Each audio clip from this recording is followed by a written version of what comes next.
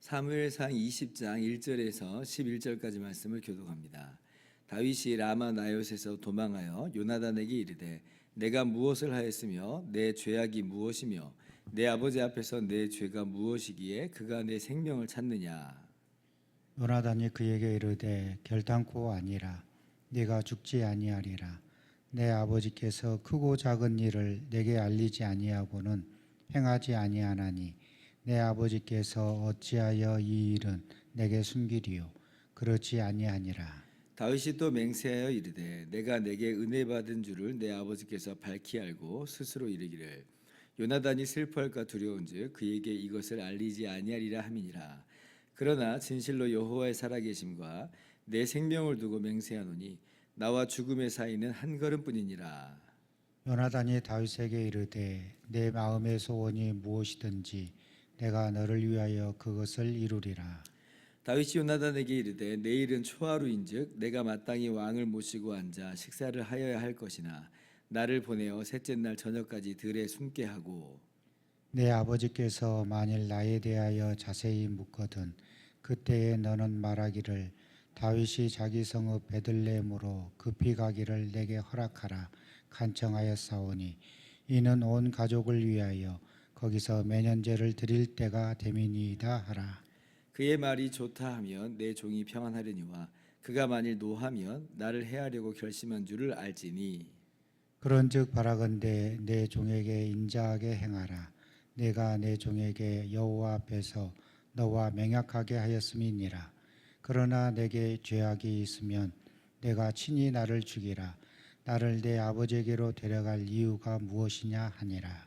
요나단이 이르되 이 일이 결코 내게 일어나지 아니하리라. 내 아버지께서 너를 해치려 확실히 결심한 줄 알면 내가 너에게 와서 그것을 너에게 이르지 아니하겠느냐 하니 다윗이 요나단에게 이르되 내 아버지께서 혹 엄하게 내게 대답하면 누가 그것을 내게 알리겠느냐 하더라. 같이요. 요나단이 다윗에게 이르되 오라 우리가 들로 가자 하고 두 사람이 들로 가니라. 아멘. 할렐루야. 하나님의 크신 은혜와 평강이 오늘도 변함없이 여러분 가운데 가득 넘치기를 주님의 이름으로 축원합니다. 다윗이 사무엘에게로 피하여 갔는데 사울이 거기까지 추격을 해왔죠. 그러나 하나님께서 직접 개입하심으로 사울을 피할 수 있었습니다. 사울은 결코 다윗을 잡을 수가 없었죠. 그래서 다윗이 또다시 도망을 갑니다. 근데 이제 어디로 이제 가냐면 지금 사울의 아들인 요나단에게로 지금 찾아오는 거예요. 이게요 굉장히 위험천만한 행보라고 볼 수가 있습니다. 왜냐하면 여기는 요나단도 있는 곳이지만 또한 사울이 기거하는 그런 동네잖아요. 그러면 지금 곳곳에 눈과 귀가 쫙 깔려 있을 텐데, 근데 그 안으로 들어가는 모양새가 되니까 얼마나 위험해요. 이 사울의 이 정보망이 지금 잘 작동을 하고 있어요. 라마 나요스로 사무엘에게로 다윗이 도망갔을 때도 어떤 사람이 19장 19절을 보니까 어떤 사람이 사울에게 그 이야기를 하거든요. 그러니까 지금 사울이 이 이스라엘 사이에 얻는 인기가 있어요. 그러니까 이 받는 신망들이 있다는 거죠. 그러니까 지금 요나단을 찾아왔을 때도 어쩌면 그걸 누가 혹시 딱 봤으면 분명히 이제 대본에 사울에게 또 이야기할 수 있는 그런 굉장히 좀 무모하게 보이는 행보일 수도 있습니다. 그런데 이렇게 다윗이 요나단을 찾아왔다는 것은 뭐냐면 그만큼 다윗이 너무 답답하다는 거예요. 너무 답답해요. 왜 사울이 이렇게 하고 있는지 이게 지금 이해가 안 된다는 겁니다. 지금 다윗 자신이 사울에게 해가 될 만한 일을 한 적이 없거든요. 오히려 사울의 훌륭한 신하고 아주 충성스러운 그런 신하예요. 이스라엘의 용사로서 맡겨진 일을 다 잘 감당해 왔거든요. 뭐 사울의 왕권을 전복시키려고 하는 어떤 마음도 품 적이 없고 그런 행동은 더더군다나 한 적이 없어요. 우리야 제3자의 입장이니까. 그리고 성경에서 이미 사울의 심리를 보고 있고 또 성경에서 또 그걸 설명하는 것을 들으니까 답답함이 없어요. 우리는 아니까 아유 뭐 그래 이러고 있구나.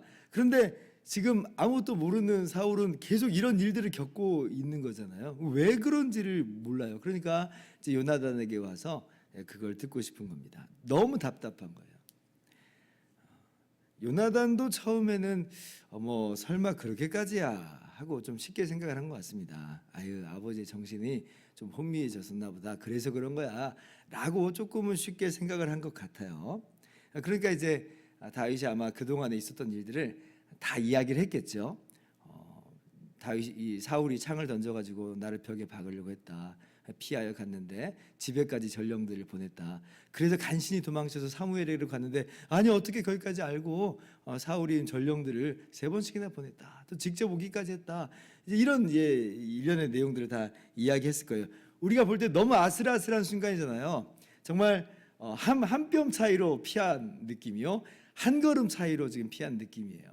근데 이제 제가 주일날도 말씀드린 것처럼 그 한 뼘이라고 하는 것, 그 한 걸음이라고 하는 것은 아무리 가까운 것처럼 보이고 아무리 잡을 수 있는 것처럼 보여도 결단코 사울은 다윗을 잡을 수 없는 거리라고 했습니다. 그런데 다윗 입장에서는 지금 사울이 한 걸음 차이인 거예요. 그래서 3절에 뭐라 그래요? 나와 죽음의 사이는 한 걸음뿐이다.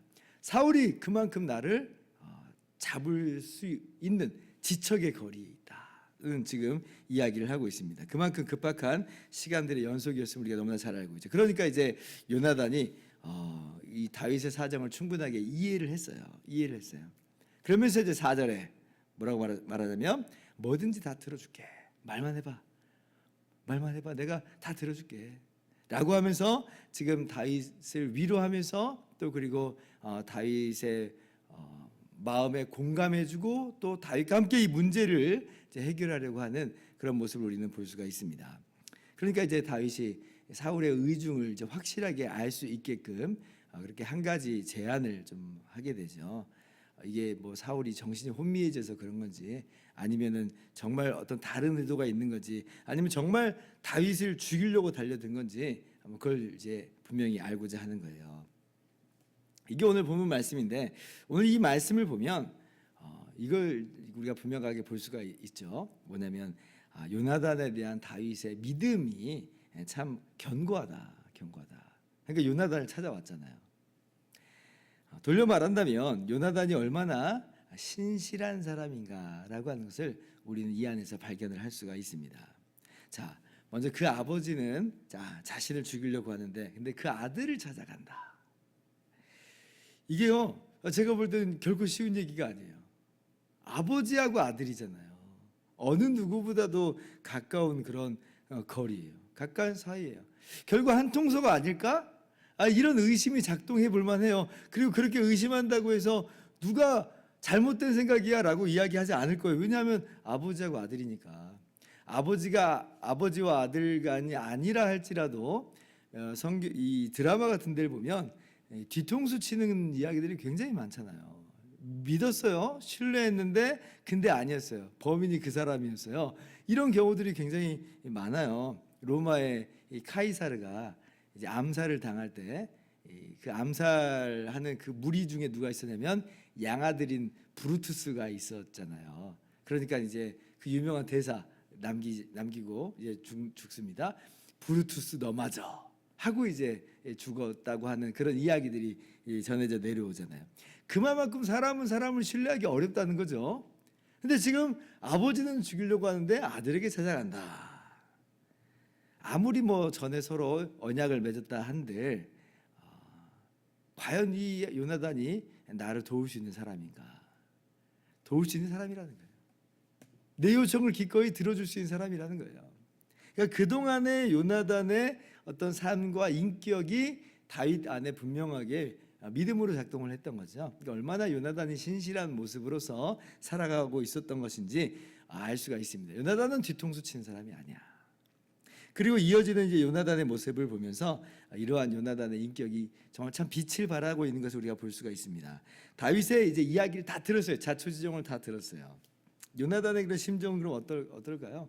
그냥 듣고 나서도 내가 뭐 손을 대지는 않겠지만 그냥 남 이야기처럼 들을 수 있겠잖아요. 아유 뭐 그렇구나.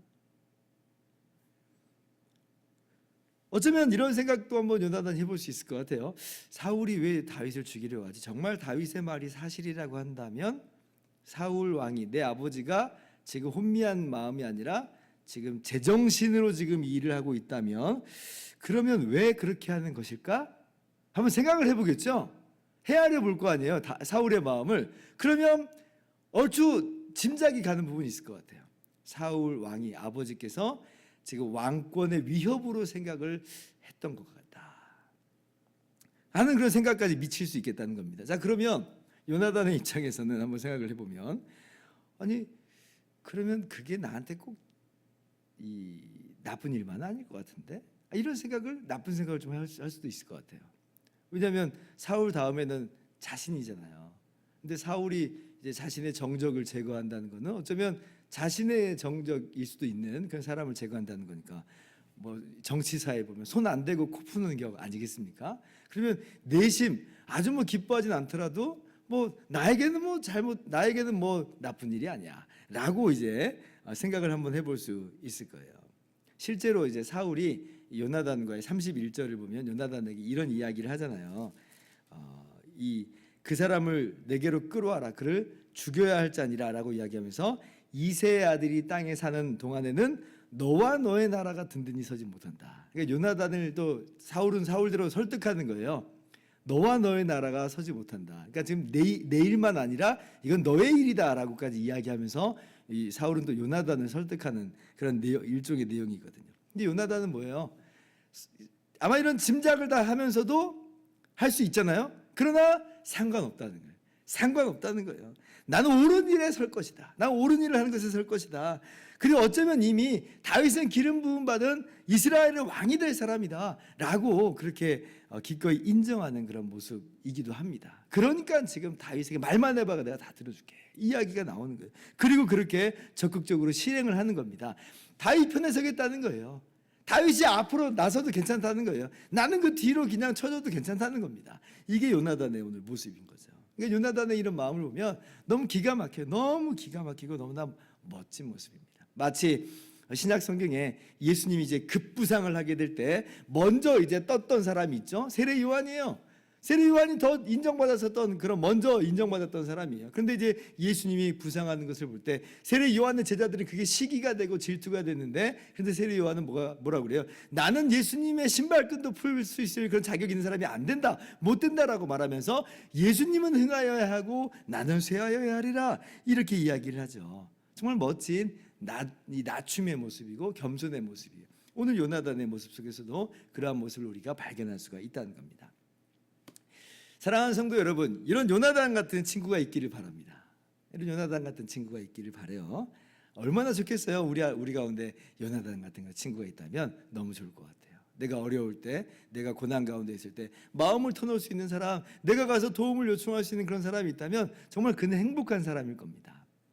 그러면서 한편 우리도 생각하는 거예요. 내가 그러면 다른 사람들에게 또 요나단 같은 사람이 돼야겠구나 라고 우리가 생각을 한번 해야죠. 서로 위로하는, 서로 그렇게 격려하는 그러한 것이 아름다운 믿음의 공동체, 신앙의 공동체의 모습이잖아요.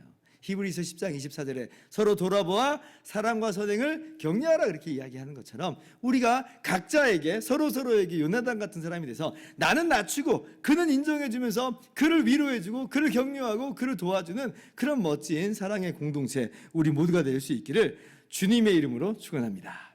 기도하겠습니다.